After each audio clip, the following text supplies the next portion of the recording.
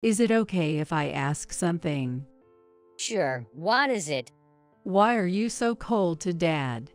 Just now, he looked really shocked and went off alone. Do you like Dad? What? Yes, of course, I do. Isn't that obvious? I could tell you why I'm cold to him, but it might hurt you. Are you ready for that? I don't mind getting hurt. Can you tell me why? All right, I'll say it. Dad's probably having an affair. What? My son suddenly accused his husband of having an affair. However, there were no signs of trouble in our marriage, and he was serious about his work. I couldn't believe what my son was saying. Yet, he has an IQ of 140. He wouldn't say this without any basis. I decided to listen to my son's detailed story and verify the facts together. After 15 years of marriage, it seems I had been cheated on for 10 years. Moreover, my husband was likely planning a trip with his affair partner. Could it be? Since that time, it seems I've been cheated on for 10 years. Now I had to reconsider the relationship with my husband. Looking at my son's face, I noticed a slight change in his expression. You got hurt after all, didn't you? This is unforgivable. Can I make Dad regret it? My son seemed to have a plan. I decided to go along with my son's strategy. I am Erica, a 42-year-old office worker, just an ordinary person. I married Sean, a 45-year-old salesman, 15 years ago. He was slightly successful, but not particularly outstanding. We met through a common friend, and our meeting was not dramatic, nor was our marriage born out of a great romance. The only slightly unusual thing was that it was a shotgun wedding. But even that was not particularly rare. We were like the template of an average married couple. However, there was one thing we could brag about, almost wanting to shout it out loud. That's an amazing score again. Isn't that a perfect A+ in history? The tests at school aren't so hard. I'm still impressed.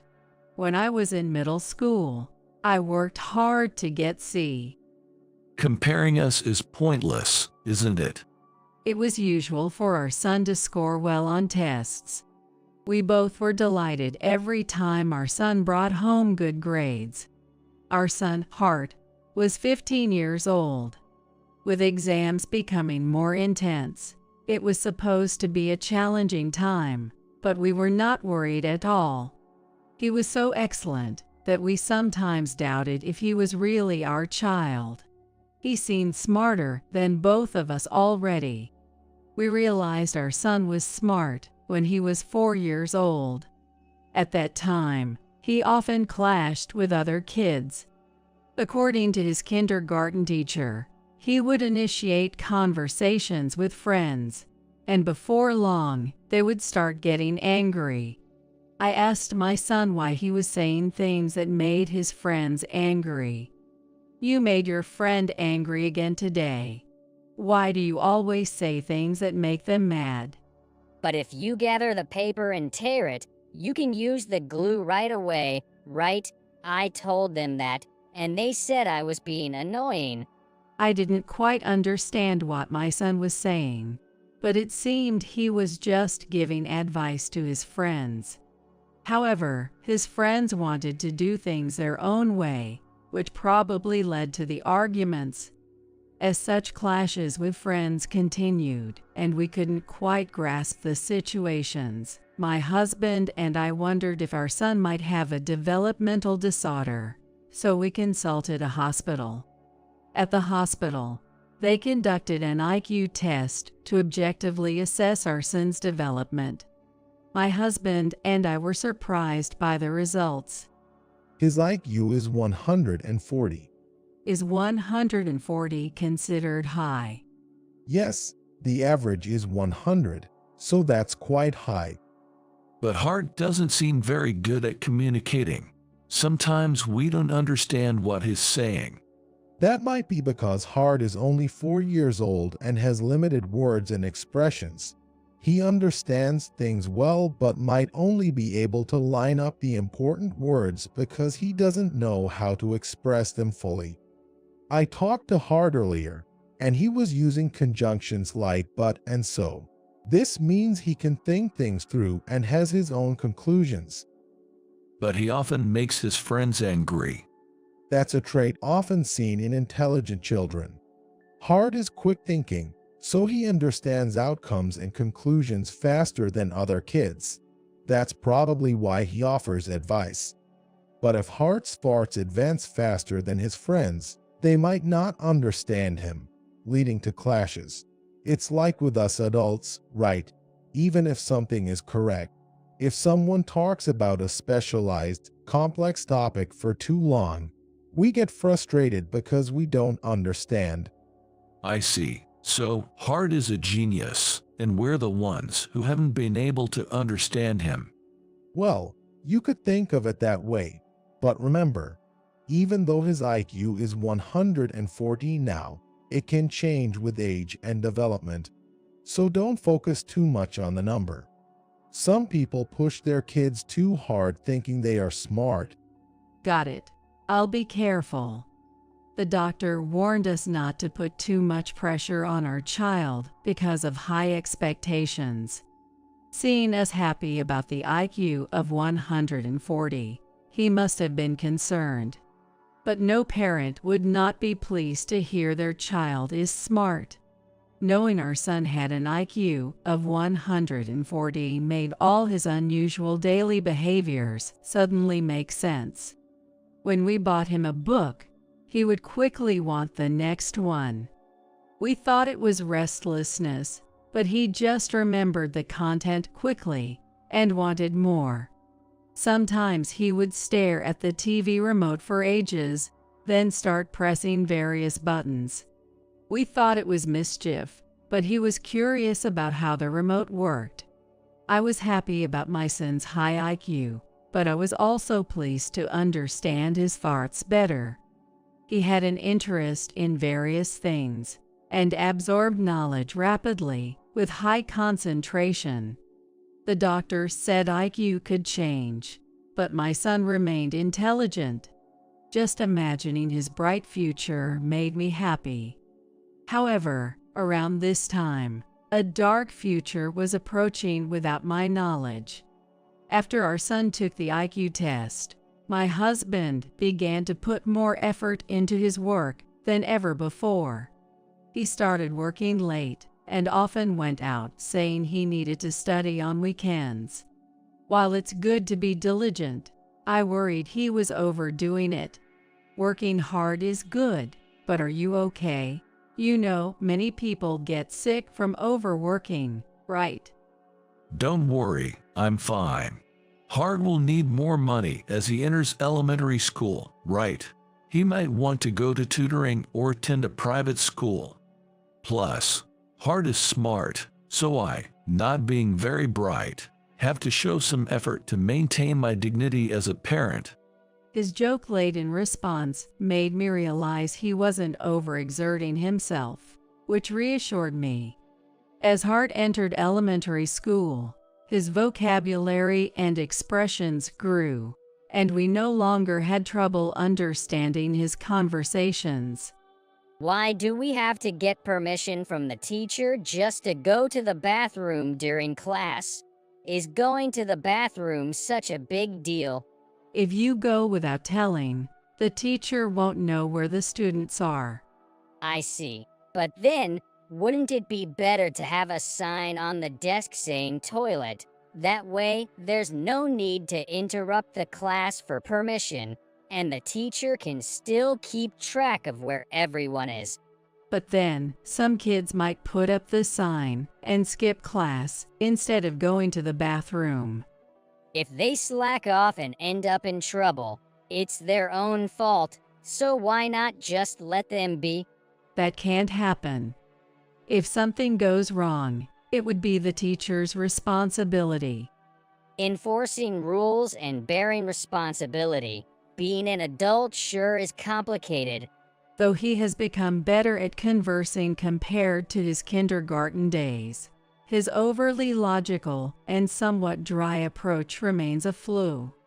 His quick thinking continues to set him apart from other children, a trait that has persisted since kindergarten. However, Hart is aware of his rapid thought processes and seems to be trying to adapt to others. As a method to better relate, he began showing interest in psychology by the 5th grade. He thought that if he understood the other person's psychological condition, it would be easier to match them. This approach is unusually mature for an elementary student, resembling how an adult would strategize to improve workplace relationships. My husband continues to work hard, but his efforts to maintain dignity in front of Hart don't seem to be going very well. Your job is in sales, right? Do you enjoy it? Well, it's not always fun since it's work, but being in sales means you are out and about, kind of like the face of the company. It has its rewarding moments. But being out so much, there must be some who slack off, right? Well, there are some like that, I guess, but I don't do that. I'm not saying you're slacking off. That's right.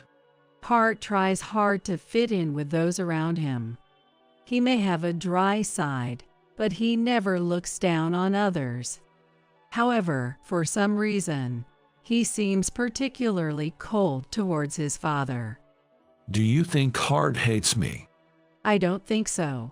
He knows you work hard. But he's not cold to you like he is to me, right? Well, maybe. They say a father can never beat a mother in parenting. That's a tough spot to be in. My husband is facing a classic paternal dilemma. Given Hart's logical nature, trying to change the way he interacts or buying him off would likely be counterproductive and seen through by Hart. It seems the only option is to work harder to impress him and show how great a father he is. Putting my husband's concerns aside, Hart continues to grow. After graduating from elementary school, he moved on to a local middle school. Now in his 2nd year of middle school, it's time to start preparing for exams seriously. But there's no need to rush or worry about Hart. However, now that he's in his early teens, his adolescent phase is a new concern. Studying all the time can cause stress, right?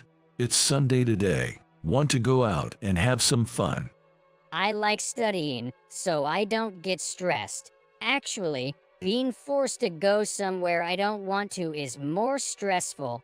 Is that so? Sorry about that, then. Keep up the good work with your studies. By the way, where were you planning to take me? Well, how about a museum? It's different from seeing pictures and textbooks. Seeing the real artworks can be a great experience, don't you think? Have you ever been to a museum? Not yet, but I thought it might be good for you. So, does that make you want to go? Did you not hear me say, by the way? Hart cut off the conversation with his father and left the living room. Left behind, my husband seemed as if he had been heartbroken and wandered out of the house alone. Watching the interaction between Hart and my husband, I felt sorry for the latter, left behind. In the past 3 years, Hart has become even colder towards his father. It's a bit pitiful for my husband. Deciding to help, I approached Hart for a talk. Hart, are you studying? Can we talk? Sure, what's up? As I entered Hart's room, he stopped studying to talk. I'm sure if it were my husband, Hart would have asked him to leave so he could study. Why is he so cold towards his father? Given my son's quick perception, I knew he would immediately sense the real question I wanted to ask. Deciding against any roundabout tactics, I chose to ask directly, "Why are you so cold to Dad?" Earlier, he was shocked and left the house alone. My question seemed to pose a complex problem for Hart, leading to a pensive silence in the room, filling me with an odd tension. After a moment, Hart began to speak with a troubled expression. "Do you like Dad?" "What? Yes, of course." His unexpected question took me aback. Although I answered honestly, it seemed to trouble Hart even more. "Your words seem genuine." "Of course, they are." "I could tell you why I'm cold to him, but it might hurt you. Are you prepared for that?" "What are you talking about?" I didn't understand what my son said, so I was confused. It felt like talking to the young Hart. But when he was in kindergarten, he just couldn't express his thoughts well, so he had many things in mind and understood. Now he still must have comprehended something significant to pose such questions. Therefore, if I ask why, I will get hurt, as my son says. Nonetheless, for the sake of improving the relationship between my son and husband, I needed to hear it. I steeled myself, bracing for what was to come. "I don't mind being hurt. Can you tell me why?" Your response seems genuine too. So, I'll tell you. I think Dad might be having an affair. "What?" I was stunned by his unexpected revelation. "An affair? But our marriage isn't troubled, and he's diligent at work." I found it hard to believe my son's claim. "That can't be true, right? What's gotten into you all of a sudden?" I'm still speculating, but Dad often lies, especially about work and the company. So, I thought maybe he's having an affair with someone from work. "When has Dad ever lied?" He lied just before. He said he's never been to a museum, but I think he has. Remember when I was into psychology books in 5th grade? I learned how to spot lies then. Is that about observing eye movements or voice tone? Can you really detect lies that way? I use more advanced techniques, like leading in conversation and spotting the immediate reactions people show when they lie. You showed confusion and resolve when I asked you earlier. I draw out and observe such reactions during conversations. So, you've been spotting Dad's lies since 5th grade. Right. The first time I thought Dad was lying was when he denied slacking off. It wasn't about slacking off, but something felt off. Over these 3 years, the lies I've pieced together point to an affair. But as I said, the affair is just a hypothesis. Still, I believe Dad is unfaithful, and I can't be close to someone like that. No matter how smart my son is, I found it hard to believe he could easily detect lies. However, as long as he believes my husband is unfaithful, the problem remains unresolved. I pondered how to mend their relationship. It'd be good if I could be certain my dad isn't having an affair. I see. It seemed he could read my thoughts, making his lie detection claim more credible. But how can we find out if he's not having an affair? I need your help with something I can't do alone. Okay, what can I do? I've researched that if someone is having an affair, it might show up in credit card histories. I see, but we don't get paper statements anymore. Your father switched to electronic statements. I've only checked a bank account, so I only know the total amount charged, not what your father spends on with the card. That's a common way to avoid statement scrutiny. Let's check the web statements. Are you using a family credit card? Yes, it is a family card, but is that an issue? No, it's actually better. It's illegal to check the card history without permission, even for family members. But since it's a family card, the history includes both your and Dad's transactions, right? So, it's inevitable that we'll see Dad's transactions too. That's a gray area, huh? Do you know the account ID and password? It's okay. I keep important passwords noted down, so it should be there. Feeling like a detective, I got a bit excited about the task. While it felt wrong to doubt my husband, I believed he would understand once I explained everything and apologized. More so, he should be grateful if this helps improve his relationship with our son. Together, we accessed the computer to check the credit card statements and found several unbelievable charges. What is this? These charges? These hotel names clearly suggest they are motels, visited every 1 or 2 weeks. There's always a restaurant payment before each motel visit. He's been dining out before going there. I was shocked, having firmly believed my husband wasn't unfaithful. But Hart, having suspected the affair, remained calm. Why would he engage in an affair? There's no real reason for affairs. People who are content at home still have them. It often starts with someone feeling a sudden attraction, calling it a moment of madness. So, pondering why he started it is pointless. Even if there's a reason, it doesn't justify the affair, and we don't need to understand the feelings of someone who cheats. You're right, but I never noticed any signs of infidelity in him. Mom, you're watching too much drama and online videos. Do you think signs of infidelity are always obvious, or that you'd stumble upon the affair scene? People who cheat are determined to hide it. It's usually like this, discovering it when you least expect it. As I grappled with the shock of my husband's affair, Hart methodically continued to check the online statements. We can only see transactions from up to a year back. I wonder how long this has been going on. The duration of the affair is important, right?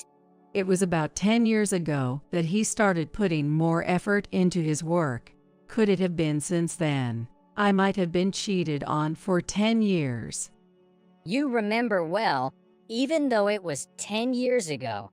It was right after Hart took the IQ test. That's why I remember. I acknowledged my husband's affair internally. The sudden confrontation with reality hit me hard. I would have preferred signs of conflict or unfamiliar scents on his clothes. Anything that could have given me a clue. Now I must reassess our relationship. I noticed a slight change in my son's expression, which had been calm. You're hurt after all, Mom. This can't be forgiven. Should I make Dad regret this? It seemed Hart had a plan. I decided to go along with it. After uncovering the affair, I continued life as if nothing had happened. There's a business trip next week. Business trip? That's rare. When is it? I'm leaving on Thursday, and the work ends on Friday. But coming back the same night is a hassle, so I'll stay another night and return leisurely on Saturday. On Thursday morning, my husband left for the business trip. After seeing him off, it was time for me to leave too. I'm heading out too. I've prepared some food and put it in the fridge. You can manage it, right? Just be careful with locking up and handling fire. Don't worry so much. Since you've even taken time off work, you should relax and enjoy. Leaving Hart in charge at home, I departed, suitcase rattling behind me. I got on a plane and headed to the resort hotel I had booked. I haven't visited a resort hotel in a long time. It's a short trip, 1 night and 2 days, but I plan to relax at the pool and get over my daily fatigue. I arrived at the hotel. It is much bigger and nicer than the picture. I felt an urge to explore. After settling my luggage in the room, I wandered around, capturing the beautifully detailed architecture with my smartphone. I plan to show the videos I captured to my son upon my return. After enjoying or relaxing in the pool and indulging in delicious meals, I felt content. The next morning, I checked out hotel, but didn't leave the hotel immediately. Instead, I sat in the lobby. After a while, I saw a familiar face with an unfamiliar woman and approached them. What a coincidence meeting you here. Have you visited the famous waterfall? Or is sightseeing next on your agenda? What? Why are you here? My husband reacted as expected. I claimed it was a coincidence, but of course, it wasn't. I had targeted this place knowing about my husband's affair. I checked the web statements. You paid a travel agency with your credit card, right? I called them. When reviewing the web statements, Hart noticed the payment to the travel agency. Knowing the company's name, I called them, pretending I needed a brochure because I lost mine. I was nervous about picking up the brochure in person, fearing recognition if my husband had booked with his affair partner. Still, fortunately, the staff didn't remember the faces of their many clients. I easily obtained the brochure, revealing my husband's travel destination, and casually confirmed where he would be staying. Is this the food from the hotel I'm staying at? No, you're staying at the place in this picture. Matching the travel dates with his supposed business trip made it easy to pinpoint the location and time, leading me to confront the affair scene. Is this your affair partner? What are you talking about? I told you it's a business trip. This person is from work. Even without hard skills, it was obvious he was lying. His attempt to remain calm while panicking was evident. I see. This is how Hart discerned his lies. Oh, she's your colleague, I see. Thank you for always taking care of my husband. Would you mind if I take your business card? The two exchanged a silent, uneasy look before the woman reluctantly handed me her business card. See, the company name matches where I work.